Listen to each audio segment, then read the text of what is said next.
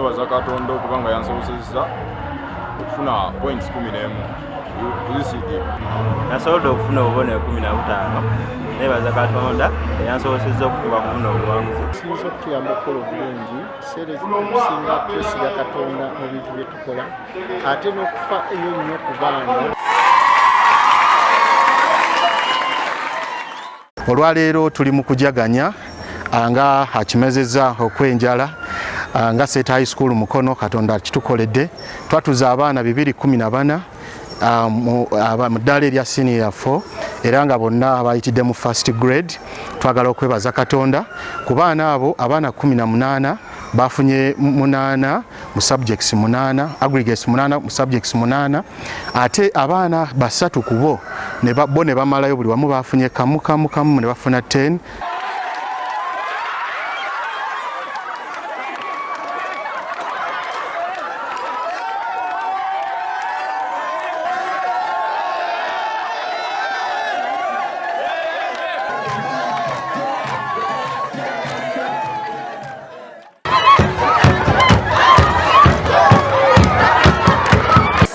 I never thought I would do, but by the grace of God, I thank Him for these 11 aggregates that I never expected. So all thanks to God and thanks to our dear director who is always there for us. It's good in that we got 133 runners in grade 1, 82 in grade 2, and it is better than that one of 2022. Today we happen to receive UCE results which are excellent because we got 132 in the first grade, 38 in the second grade and only 13 in the third grade.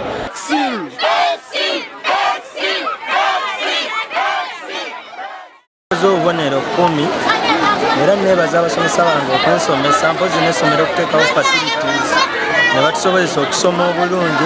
Nye aggregate 19 nebaza bazadde bange mikwano gyange n'abasomesa abansomesezza. Twebaza staff, twebaza abazadde waffe awamu n'abayizi abo bonna nga bwe bamenye tubale tukolagana wamu okulaba nga tubinjula abaana bano. First grade twafunye 6, second grade 19, third grade 3.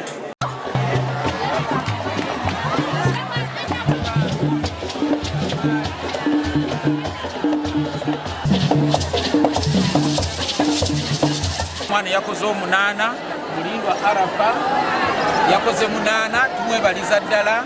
Ate tulina banne abakoze 9, Mawanda yakoze 9.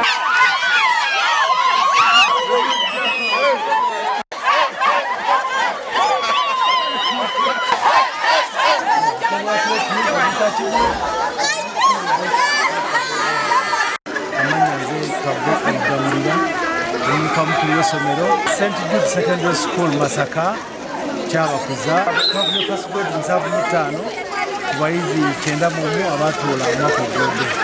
Nebaza Katonda omwana wange ono okuyita siniya ey'okuna. Mwana wange abeera mulwadde era abeera alina obulwadde obumuluma naye nebaza Katonda mwana wange okola obulungi siniya ey'okuna.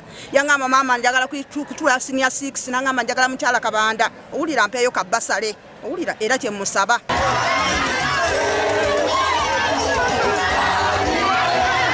Era omwana waife asinze mulawa Beka ngaafunye 8 mu 8 mwenda mu mwenda andi 10 mu 10. Nkenga Rahim 8 mu 8 mwenda mu mwenda 10 mu 10. Nabongo Arafa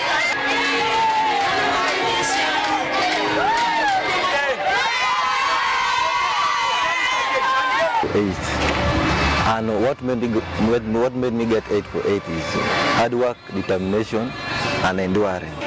I got 10 for 8. So the exam was, I hoped not to get that, but it was by God's mercy.